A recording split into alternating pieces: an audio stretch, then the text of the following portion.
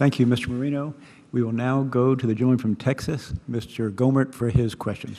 Thank you, Mr. Chairman, and thank you, Director. Sure. Nice to see you back. You had mentioned earlier that, and it's in your written statement, that the FBI has developed extensive outreach to Muslim communities. In answer to an earlier question, I'd understood you to say that Muslim communities were like all other communities. So I'm curious, as a result of the extensive outreach program the FBI has had to the Muslim community, how has your outreach program gone with the Baptists and the Catholics? I'm not certain necessarily the thrust of the question. I would say that our outreach to all segments of a particular city or county or society is good. Well, do you have a particular program of outreach to Hindus, Buddhists, Jewish community, agnostics, or is it just an extensive outreach program to? We have outreach to every one of those communities. And how do you do that? Every one of those communities can be affected by facts or circumstances. I've looked extensively, and I haven't seen anywhere in anyone from the FBI's letters, information that there's been an extensive outreach program to any other community trying to develop trust in this kind of relationship. And it makes me wonder if there is an issue of trust or some problem like that that the FBI has seen in that particular community. I would say if you look at one of our more effective tools are what we call citizens academies, where we bring in individuals from a variety of segments of the territory in which the office operates. And if you Director, I've only got 5 minutes, and so I need your answers to be very quick. Look at the Citizens Academy, the persons there, they are a cross-section of the community. They can be Muslim, they can be Indian, they can be Baptist. Okay.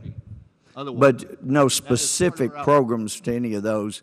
You have extensive outreach to Muslim community, and then you have a program of outreach to communities in general, is what it sounds like. But let me ask you, are you aware of the evidence in the Holy Land Foundation case that linked the Council on American Islamic Relations, CARE, the Islamic Society of North America, and the North America Islamic Trust to the Holy Land Foundation?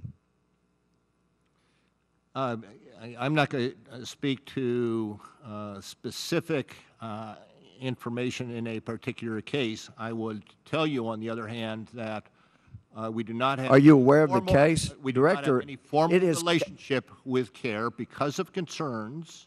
Well, I've got the letter from the Assistant Director, Richard Powers, that says, in light of the evidence, talking about during the trial, evidence was introduced to demonstrate a relationship among CARE, individual CARE founders, including its current President Emeritus and Executive Director, and the Palestine Committee.